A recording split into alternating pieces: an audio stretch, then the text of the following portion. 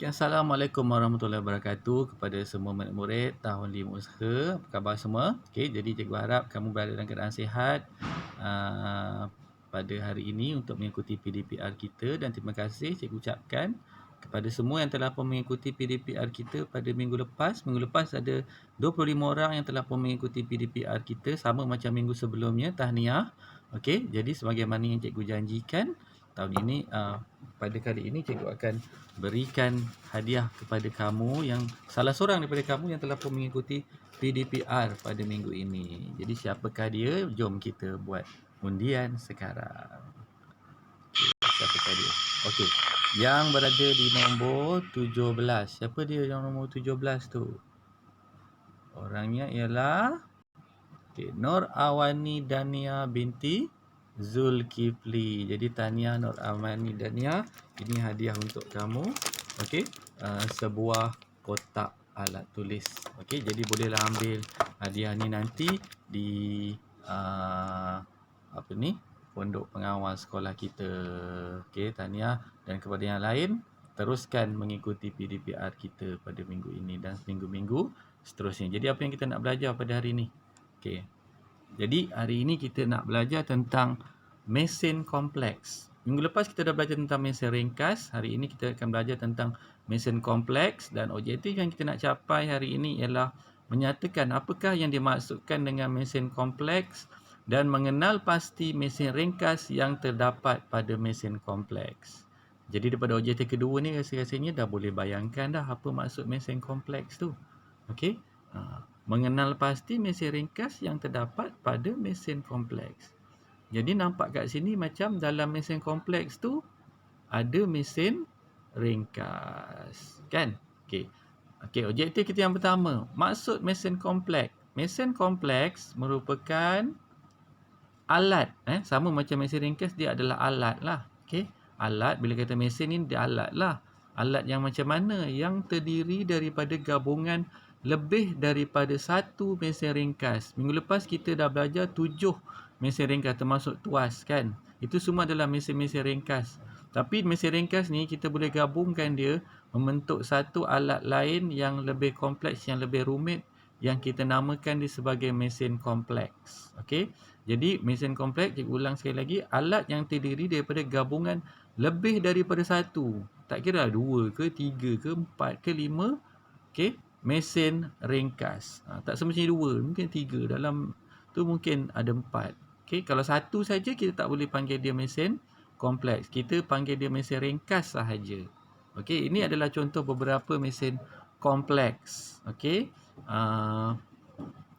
Kita ada gerudi tangan, ada pengasah pensel, ada gunting, ada basikal dan banyak lagi lah. Okey. Mesin-mesin kompleks di sekeliling kita. Okey. Jadi kita tengok kenapa mesin ini kita panggilkan sebagai mesin kompleks, dan apakah dia mesin ringkas yang terdapat pada mesin kompleks. Itu objektif kita yang kedua. Mengenal pasti mesin ringkas yang terdapat pada mesin kompleks. Okey. Kita tengok contoh yang pertama ni, pengasah pensel. Pengasah pensel ni bila kita buka dia, rupa-rupanya dalam dia macam ni. Okey. Di mana yang pertama sekali bila kita putar dia dari luar, okey, yang ni. Okey, kita nak putar dia. Katalah kita putar dia ke sini. Okey. Okey. Jadi dah tentu dalam ni dia akan terputar sekali. Jadi ini menunjukkan bahawa alat ini sebahagiannya merupakan roda dan ganda. Kita putar yang luar, dalam akan terputar sekali. Macam kepala paip dan sebagainya. Dan bila dalam ni berputar sekali, kita dapati ada satu gear kat situ. Okey. Gear ni. Okey. Di situ. Untuk gear ni akan memutarkan, kalau kita nampak ada bahagian yang macam apa, bersilang-silang tu. Okey, kat situ nanti bahagian tu akan terputar sekali. Okey. Dan putarannya lebih laju, dan daripada putaran ini, okey, dia ada satu lagi bahagian yang untuk kita potong sebahagian ujung pensel tu, supaya jadi lebih tajam. Jadi bila memotong tu dah tentu kita akan gunakan baji. Jadi dalam satu alat pengasah ni, kita ada roda dan ganda, kita ada baji, dan kita ada gear. Okey, di situ. Jadi inilah sebabnya alat ini kita namakan mesin kompleks. Di dalamnya terdapat 3 mesin ringkas. Okey, di situ. Okey, boleh jadi di dalam tu mesti ada gear dia. Cikgu tunjuk sekali lagi dalam ni. Tadi kita tunjuk ni. Okey, kat sini gear tu alamak. Okey. Okey, gear tu kat sini. Okey, bahagian sini. Okey. Okey. Mesti ada gear di dalam dia supaya dia boleh putarkan baji tu. Okey. Jadi tu yang pertama alat pengasah pensel. Okey. Kita tengok pula yang kedua. Okey. Gunting. Gunting ni kalau kita tengok secara keseluruhannya dia merupakan tuas. Okey. Sebab kat sini kita ada daya. Okey. Kat sini ada beban yang kita nak potong. Dan tengah-tengah ni ada satu titik tetap yang kita panggil sebagai fulcrum. Jadi keseluruhan gunting ini merupakan satu tuas. Tetapi pada tuas itu kita letakkan mata dia kat sini untuk memotong mata yang tajam atas dan bawah. Bila kata memotong, dia adalah baji. Okey. Dan untuk mencantumkan dua bilah gunting ini, apa mesin ringkas untuk mencantum? Ya, betul. Skru. Jadi pada gunting ni terdapat 3 mesin ringkas. Okey. Yang pertama tuas, yang kedua baji dan yang ketiga skru kat situ. Okey. Jadi gunting ni kita boleh panggil dia sebagai mesin kompleks. Seterusnya, basikal. Cikgu pasti ramai yang ada basikal di rumah. Dan kita tengok, okey, apa yang ada pada basikal ni. Okey, yang pertama kita tengok pada brake dia lah. Okey, brake dia tu kalau kita nak tekan brake, kita mesti tarik ni, okey, bahagian lever ni, okey. Tu gunakan daya tangan kita. Dan apa yang kita nak tarik adalah dia punya tali brake tu. Okey, ini bahagian ini kita panggil beban. Benda yang kita nak tarik, nak tegangkan. Okey, dan mesti ada penahan dia kat sini. Okey, jadi pada bahagian brake basikal yang kita letak pada handle, dia merupakan tuas kat situ. Ada daya, ada bebannya dan ada fulcrumnya. Okey, kemudian kita tengok yang di bawah tu. Handle basikal ni kita sebenarnya nak putarkan roda di bawah ni ke kiri dan ke kanan, tapi kita taklah roda putar tolak dekat bahagian roda tu. Kita akan tolak di bahagian atas, di bahagian handle dia, supaya bahagian bawah akan terikut sekali. Jadi di situ ada roda dan ganda. Okey. Yang atas tu bertindak sebagai roda lah, handle dia. Okey, yang bawah tu dia punya absorber dia tu sebagai gandanya kat situ. Okey. Dan begitu juga untuk bahagian tayar. Di tengah-tengah tu adalah ganda dan luar tu dah tentulah dia punya roda dia. Okey. Begitu juga dengan yang cikgu tunjuk minggu lepas. Kita kayuh sini, kita tolak sini. Okey. Jadi bahagian yang tengah ni dia akan terputar sekali, kan? Jadi itu juga adalah roda dan ganda. Dan untuk mencantumkan semua bahagian basikal, kita perlukan skru. Jadi basikal ni merupakan satu mesin kompleks juga. Okey, di situ. Okey. Okey, seterusnya pada sebuah jam. Jam yang jarum lah, bukan yang digital tu. Okey, untuk jarum jam, kalau kita perasan, jarum saat akan bergerak lebih laju berbanding jarum minit.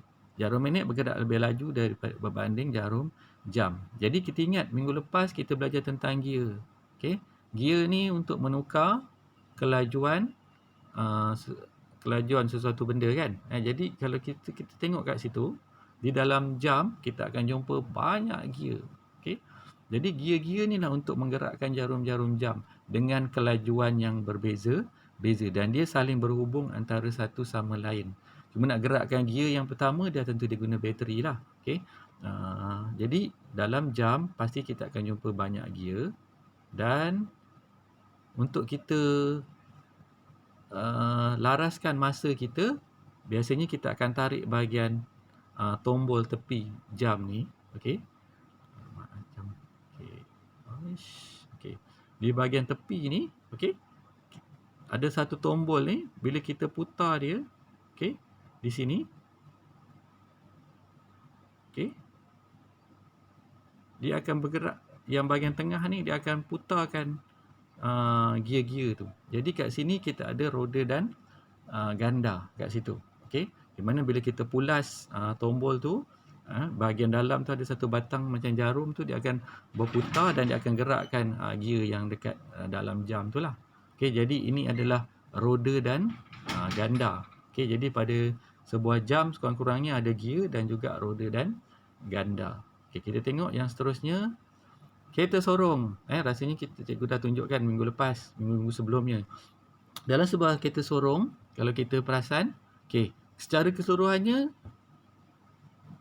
kereta sorong ini merupakan tuas, iaitu tempat yang kita nak angkat ni, ini tempat kita kenakan daya, bebannya kat tengah, okey.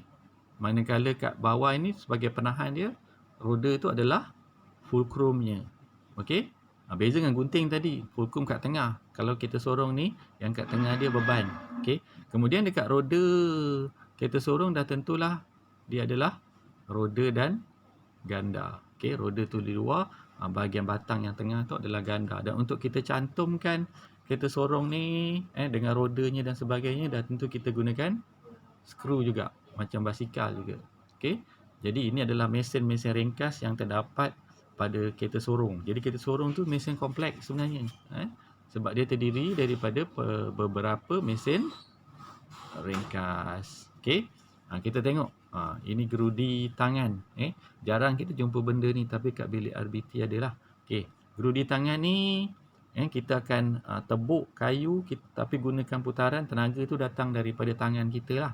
Okey. So kalau kita tengok kat sini, okey. Okey, kita tengok satu, gear. Okey. Okey. Gerudi tangan ni kalau kita perasan kat sini, okey. Kita perlu tolak bahagian sini. Okey. Tolak bahagian sini. Ke depan, ke belakang tu. Macam kita kayuh basikal jugalah. Okey. Dan bila dia macam tu, kita tolak. Okey. Bahagian ni dia akan terputar. Okey. Bahagian ni dia akan terputar. Bila terputar macam itu, ke depan, ke belakang. Okey. Kat sini dia ada gear. Dia akan terputar ke kiri dan ke kanan. Okey. Dan apabila ia terputar di sini, dia akan bersambung dengan bahagian bawah sini. Okey. Bila bahagian atas tu terputar, sini pun tak akan terputar sekali. Okey. Dan dia akan memutarkan mata ni. Okey. Jadi pada bahagian mata ni pula, jadi bahagian sini adalah roda dan ganda. Okey, roda dan ganda. Bila kita putar sini, okey, putar yang ini, yang bahagian tengah ni akan terputar sekali, kemudian bersambung pula dengan gear. Okey. Kemudian bila bersambung macam tu, dia akan bersambung juga dengan mata yang di bawah. Pada bahagian mata ni kita ada skru. Yang bahagian depan sekali yang tajam tu adalah baji. Jadi untuk membolehkan mata tu masuk ke dalam kayu, dia perlukan skru. Alur-alur tu, skru dia. Kalau kita ingat, skru ni merupakan, dia adalah alur kan. Jadi tanpa alur ni, mata tu takkan masuk ke dalam kayu walaupun dia tajam. Jadi dengan ada skru tu lah yang membantu mata tu untuk terus masuk ke dalam benda yang kita nak tebuk tu. Jadi pada gerudi ni kita dapati ada 4 mesin ringkas di dalamnya. Okey. Jadi gerudi ni bolehlah kita panggil dia sebagai mesin kompleks juga. Okey. Jadi itu adalah beberapa contoh, okey, mesin-mesin kompleks yang terdapat mesin ringkas di dalamnya, dan banyak lagi lah benda-benda di sekeliling kita. Contohnya penebuk lubang, stapler, itu kamu boleh kaji sendiri. Dan dalam soalan cikgu berikan nanti akan ada beberapa mesin kompleks yang kita dah bincang, dan ada yang mesin kompleks yang kita tak bincangkan pun. Jadi kamu cuba jawab, okey, dan selewat-lewatnya sebelum hari Ahad minggu depan, kita dah boleh hantar dah dalam bentuk kuis tu. Okey, jadi cikgu harap objektif kita pada hari ini dapat dicapai, iaitu menyatakan apakah yang dimaksudkan dengan mesin kompleks dan apakah mesin-mesin ringkas yang terdapat dalam sesebuah mesin kompleks. Jadi kalau ada sebarang pertanyaan, bolehlah bertanya pada cikgu, dan kalau tak ada, bolehlah cuba jawab soalan-soalan yang akan cikgu berikan nanti. Okey, jadi untuk itu jaga diri, jaga keselamatan, dan semoga kita jumpa lagi pada minggu hadapan. Dan sekian, Assalamualaikum warahmatullahi wabarakatuh, dan bye-bye.